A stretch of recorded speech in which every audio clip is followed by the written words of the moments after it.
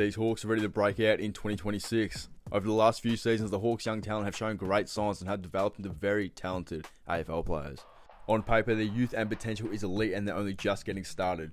8 players from their 2025 preliminary final side against the Cats were 24 or younger.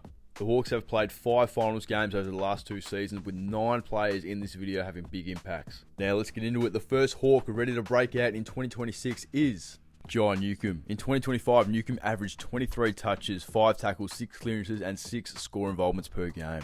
Nuke started the season hot, collecting 25 plus 6 out of his first 10 games. After Will Day went down, teams figured out if you slow Newcombe down, you slow Hawthorn down. And even with the tag, he still had really big impact most games. 2026 will be the year Newcombe takes his game to the next level. After big finals performances in 2025, his confidence will definitely be there. 32, 12 clearances and a goal against the Giants, and 28, 10 clearances and a goal against the Crows. I think if Newcombe can improve his explosiveness and his ability to break out of tackles and get into space, he'll easily go to the next level in 2026. I can see him averaging around the 27 disposal mark. Connor McDonald. He had a slight down year in 2025 compared to 2024 after suffering an ankle injury and the emergence of Jack Ginnivan taking over his role as the high half forward. But he still had a solid year, 15 touches, 5.5 score involvements, 4 marks and just under 1 goal per game. He's shown great signs of the high half forward / mid, with games against Melbourne, 28 touches, 10 marks, 1 goal, 3 and 12 score involvements. Or against the Giants in the elimination final, 17 touches, 3 goals, 1, 7 score involvements. He flew under the radar in 2025, but let's not forget his 2024 season. 17.5 touches, 5.5 marks, 28 goals for the season, 6.2 score involvements as the high half forward. C-Mac's been training with the mid so far in the off-season. I'm expecting him to play 50-50 mid forward in 2026. We've seen him play mid from time to time over the years in small sample sizes, and he usually does really well. If C-Mac can improve his speed and endurance, I feel like he can definitely go to the next level and be considered a B+ caliber player, averaging over 20 touches and a goal per game. Massimo D'Ambrosio. Mass had a bit of a down year in 2025 after making the All-Australian squad in 2024, but he still averaged 18 touches, 4 marks and 4 score involvements on the wing. But he's still one of the competition's best wingmen with his elite kicking and two-way running. His best footy on the wing is some of the best in the competition, with games against the Dogs in the elimination final last season, 32 touches, 9 marks, 5 clearances and 7 score involvements. With players like Weddle and Connor McDonald expected to be added to the wing rotation in 2026, I feel like Mass should go from more quantity to quality in 2026 and average over 22 touches per game. Being one of the best two-way runners in the competition, you see him going from goal square to goal square multiple times per game. I feel like if he can improve his offensive running and push forward and become dangerous when it comes to hitting the scoreboard, Mass could easily kick 25 plus in 2026. Josh Weddle. He had a really strong start to 2025 after the backline went through the growing pains of adding Josh Battle and Tom Barris. In an 11-game sample size from round 3 to round 14, Weddle averaged just under 19 disposals. And at the time looked like a top 5 to 10 player on the list before going down with that back injury. I expect him to start the season 50-50 wing and half back.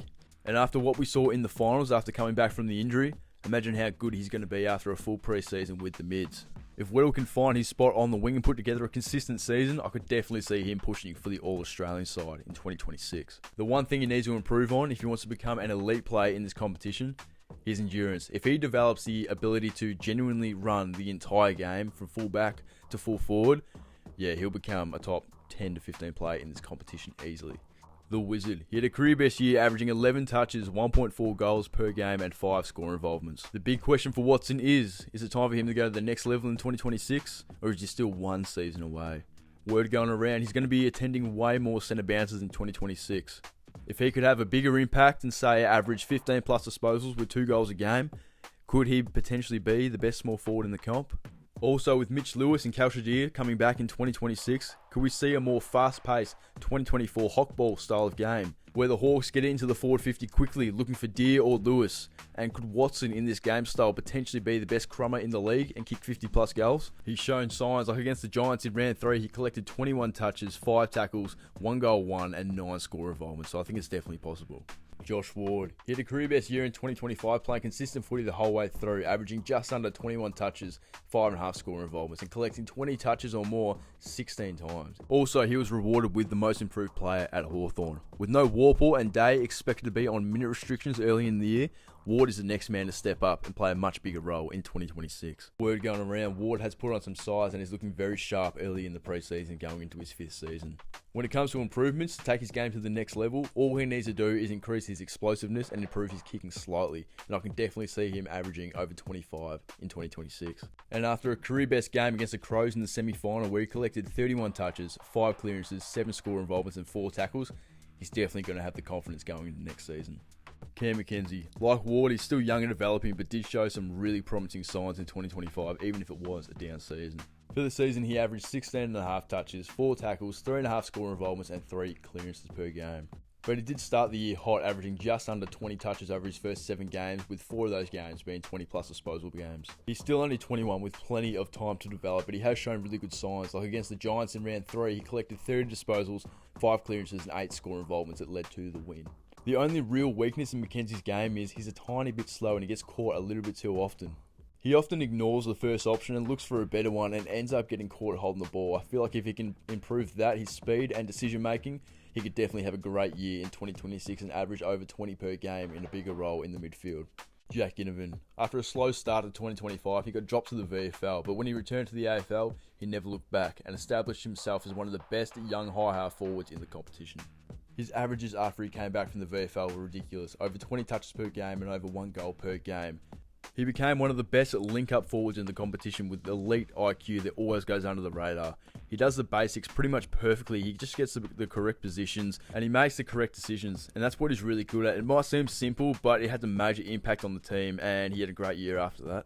Guinea's back half to 2025 put him in all Australian squad conversations, but I feel like if he wants to take his game to the next level, all he has to do is improve his speed. If he had Nick Watson type pace, he would already be in the All-Australian squad, I reckon. Yeah, Jack Ginnivan's going to have a massive year in 2026. Cal Shadir. He exceeded the expectations in 2024, coming onto the scene kicking 25 goals in 17 games, including a 3-goal, 4-behind game against the Dogs in the 2024 elimination final. Unfortunately, his 2025 year was ruined due to a back injury, but when he did come back late in the year, he definitely showed great signs and he's going to become a great player in the future.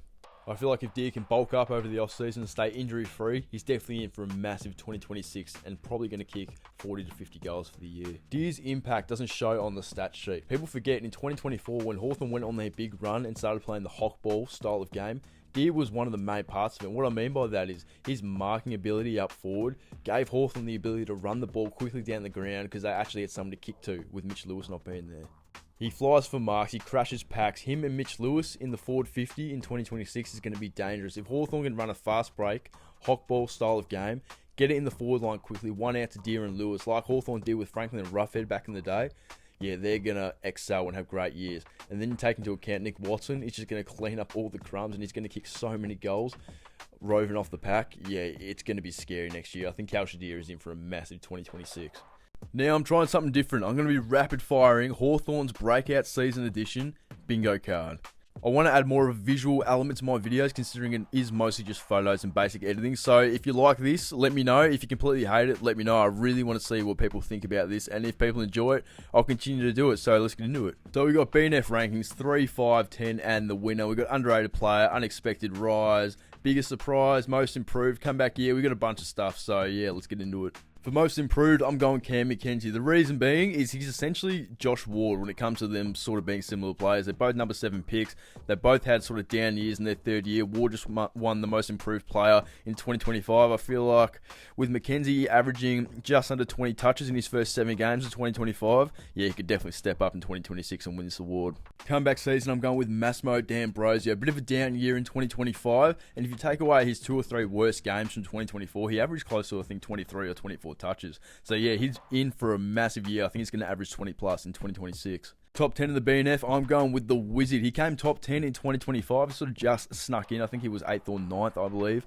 But yeah, he's in for a big year. There's going to be a lot of talented players on this list next season. I feel like it's a safe pick for top 10 of the BNF. So for biggest surprise, I'm going Connor McDonald. I feel like he's in for a massive year. He's probably going to be a B+ caliber player, playing up the ground on the wing. He's going to get more than 20 touches, but I feel like he could potentially become an A grade player, maybe an A-.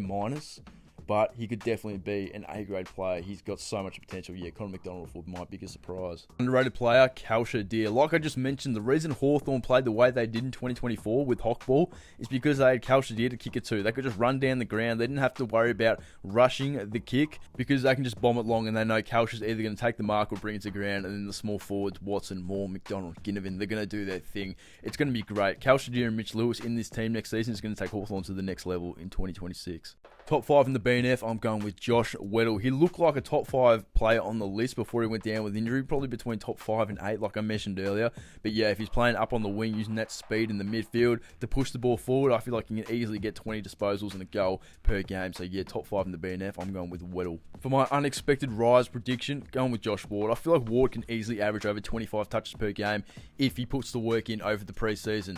We know Warple isn't there anymore. Day's going to be on a minute restriction for probably the first half of the season, I'm predicting. And yeah, Ward's going to have to step up. He could easily average 25 a game. He averaged just under 21. And you're telling me if he's playing more minutes to compensate for Warple not being there, he can't average close to 25? Yeah, you're joking. Ward is going to have a great season. Top 3 in the BNF, I'm going with Ginnivan. He finished equal 5th with Hardwick in 2025, and I feel like just looking at his numbers, over 20 touches and over a goal a game in a 17-game sample size. Yeah, you add an extra 20 games of experience, another preseason of development, just maturity all round, and yeah, I feel like he could push up and average over 20 touches, maybe a goal and a half per game, and just be a really, really underrated player. And if he's playing that high half forward role with Moore and McDonald playing more midfield, yeah, he's going to have unlimited opportunities to have a career best year. So yeah, top 3, I'm going with Ginnivan. And the most likely to win the BNF from all these players on the list, easily John Newcombe. He's going to have a massive year. Like I said earlier, I reckon he's going to average probably around the 27 to 28 disposal mark, especially if he figures out how to break the tag and Will Day comes back into the team. He's probably going to get the most defensive attention in the midfield. So yeah, I think Nuke. And also after the 2 finals performances, he's going to have unlimited confidence. He could elevate into one of the best mids in the game in 2026. That's the video, guys. Comment down below, who do you think is going to have the biggest breakout season? And how many players do you think are going to break out and have career best years? Very curious to hear your thoughts and opinions. Also, with the bingo card, comment down below your thoughts and opinions. If you like seeing it, I'll do it again. If you want to see it again, let me know. I'll do it again. If you hate it, let me know also. I'll stop doing it. I just want to add more of a visual element to my videos. I feel like it just gives the viewer a bit more to look at rather than just listen to, just because my content's fairly simple. But yeah, if you enjoy it, let me know.